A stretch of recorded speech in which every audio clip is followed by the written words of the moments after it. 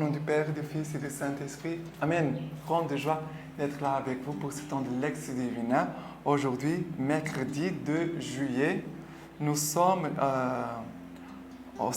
célébrons cette fête de Saint Marcellin et Saint Pierre martyr.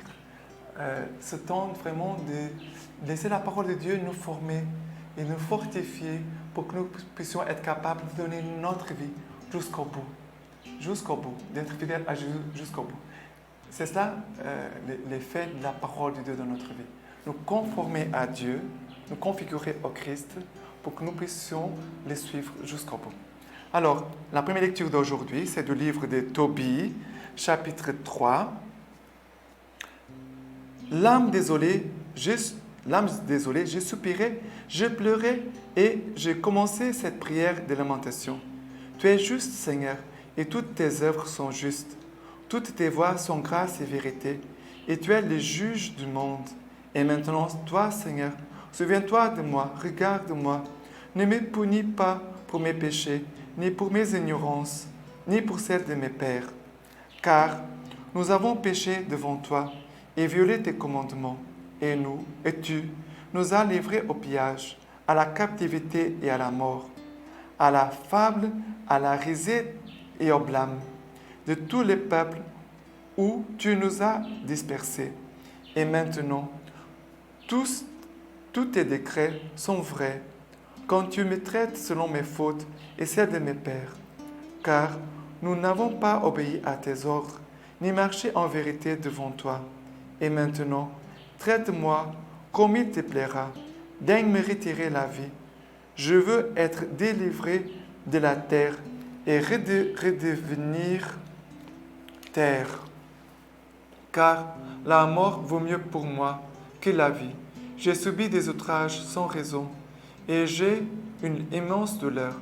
Seigneur, j'entends que ta décision me délivre de cette épreuve.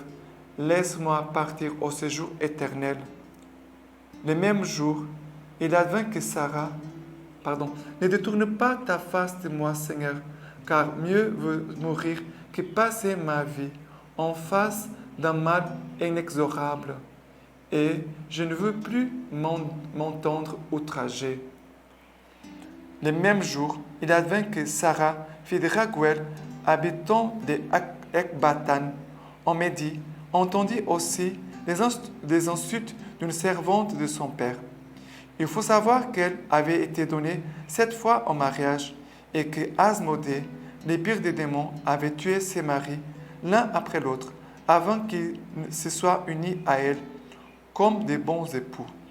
Et la servante de dire, « Oui, c'est toi que tu te maries. Et en voilà déjà 7 à qui tu as été donné et tu n'as pas eu de chance. Une seule fois. Si tes maris sont morts, ce n'est pas une raison pour nous châtier. Va donc les rejoindre, qu'on ne voit jamais de toi ni garçon ni fille. » Ce jour-là, elle eut du chagrin, elle sanglota et monta dans la chambre de son père avec le dessein de se pendre. Puis, à la réflexion, elle pensa, « Et si l'on blâmait mon père, on lui dira, tu n'avais qu'une fille chérie, et des malheurs, elle s'est pendue. Je ne veux pas affliger la vieillesse de mon père jusqu'au séjour des morts. Je ferais mieux de ne pas me pendre et de supplier le Seigneur de me faire mourir, afin que je n'entende plus d'insultes pendant ma vie. » À l'instant, elle-même étendit les bras du côté de la fenêtre et elle priait ainsi.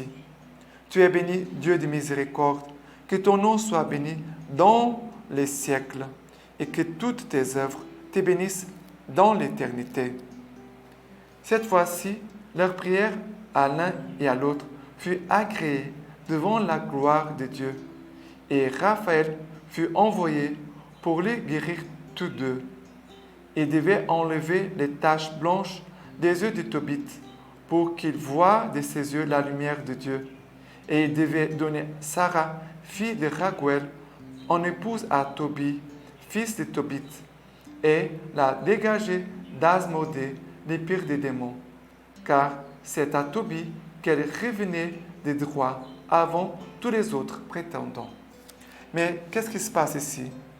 Deux prières qui montent du plus profond de la souffrance du cœur de l'homme. De Tobit, qui était aveugle, qui voit son épouse l'offenser. Il voit aussi toute sa souffrance, de sa condition. Aussi Sarah. Sarah va même au point de penser de se tuer, tellement sa souffrance était grande. Mais qu'est-ce qui se passe? Tobit, il se tourne vers Dieu en disant, oui, je suis pécheur, voilà. Ce qui m'arrive, c'est à cause de mes péchés, Seigneur. Mais il va dire même, j'ai subi des outrages sans raison et j'ai une immense douleur. Voilà. Mais il dit, il se tourne vers Dieu. Il dit, ne détourne pas ta face de moi, Seigneur. Ne détourne pas ta face de moi, Seigneur. Regarde, très important. Dans la souffrance, dire, Seigneur, ne détourne pas de moi ta face, Seigneur. Ne détourne pas ta face de moi, Seigneur. Voilà. Ça, c'est le plus précieux de la prière de Tobit. Il prie dans sa souffrance. Il prie aussi ses péchés et les péchés de son peuple. Mais il demande, Seigneur, ne détourne pas ta face de moi. Sarah, elle est désespérée. Elle pense d'enlever sa vie. Mais qu'est-ce que va retenir Sarah? Elle dit, je ne peux pas faire ce péché d'enlever ma vie parce que mon papa et les gens vont les blâmer, vont lui dire, mais tu n'avais qu'une fille chérie et de malheur et s'est pendue.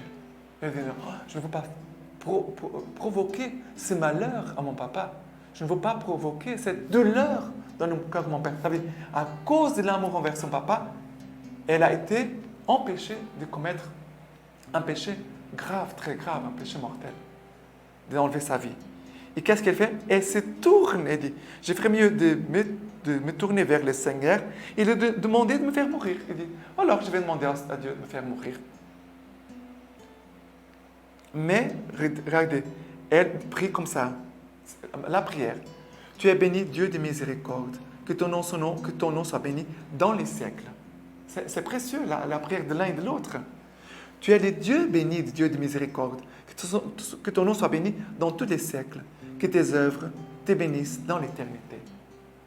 Regardez, elle dit, je vais demander à Dieu de me enlever la vie, mais elle commence pour bénir Dieu, de chanter sa miséricorde, que toutes tes créations te bénissent, Seigneur éternel, toi qui es le Dieu éternel.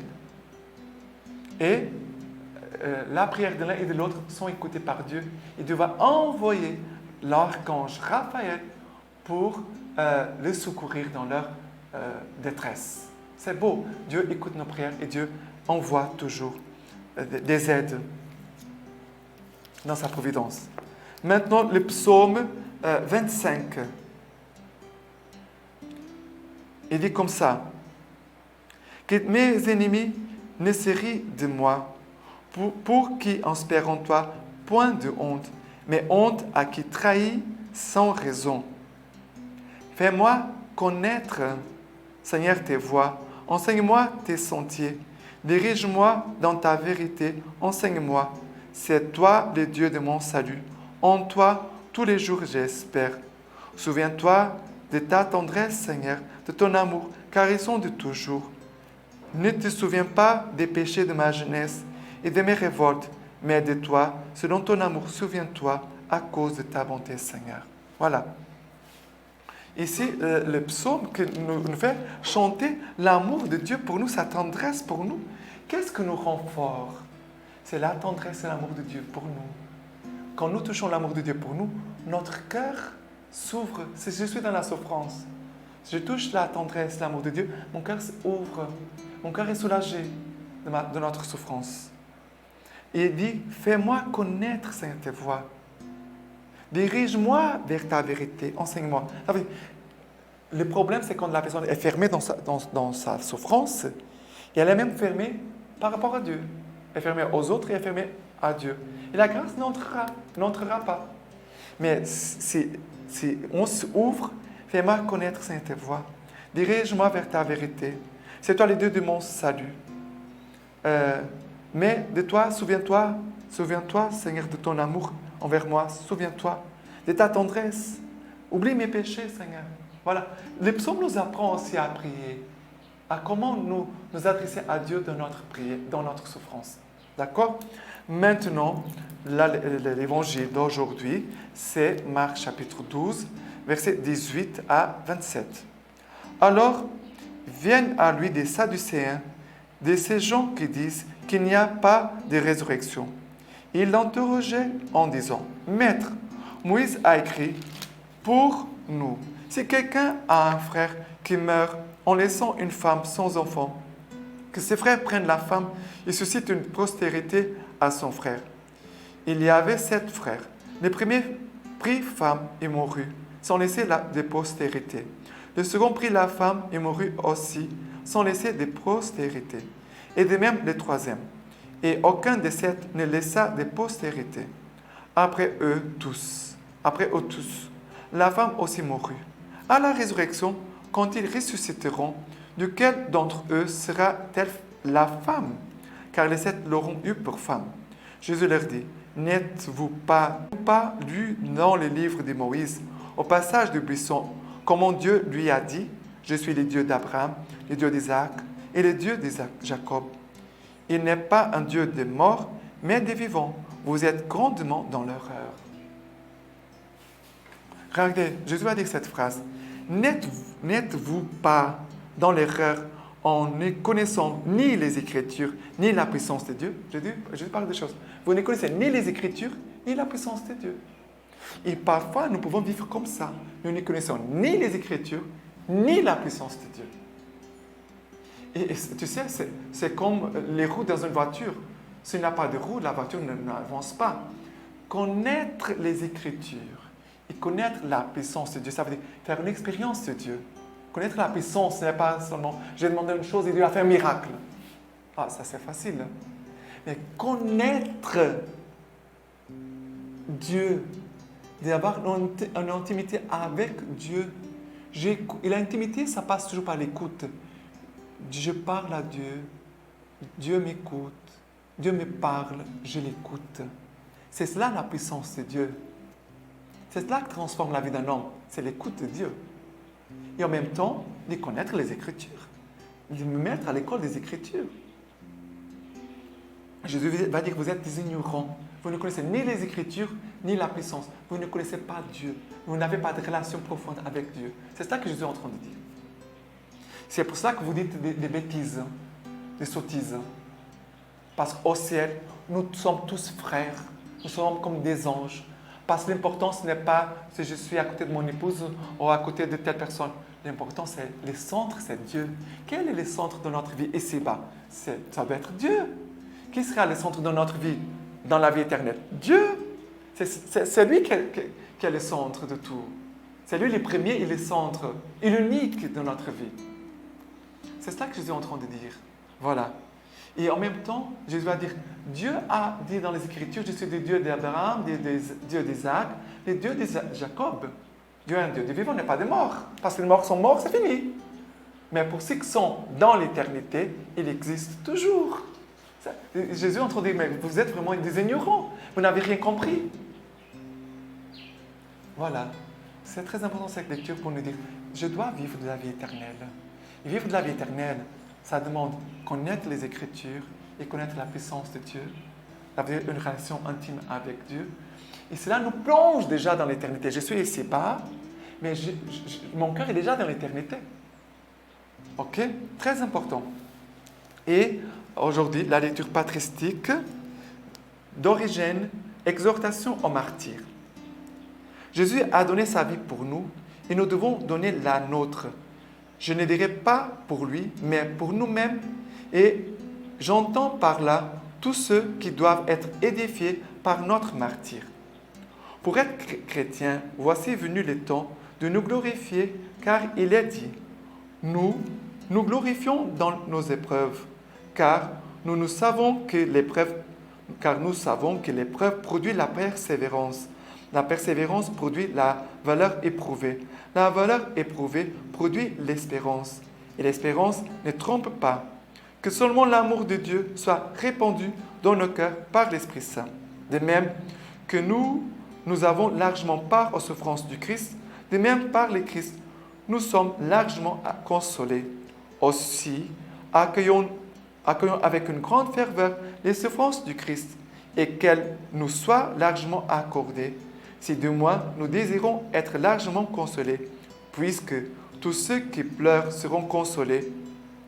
Toutefois, ils le seront de façon inégale, car si la consolation était égale pour tous, Saint Paul ne dirait pas, de même que nous avons largement part aux souffrances du Christ, de même nous sommes largement consolés. En effet, les martyrs du Christ lui sont associés pour dépouiller les principautés et les puissances et pour triompher avec lui en participant à ses souffrances et par suite aux exploits guerriers qui représentent de telles souffrances.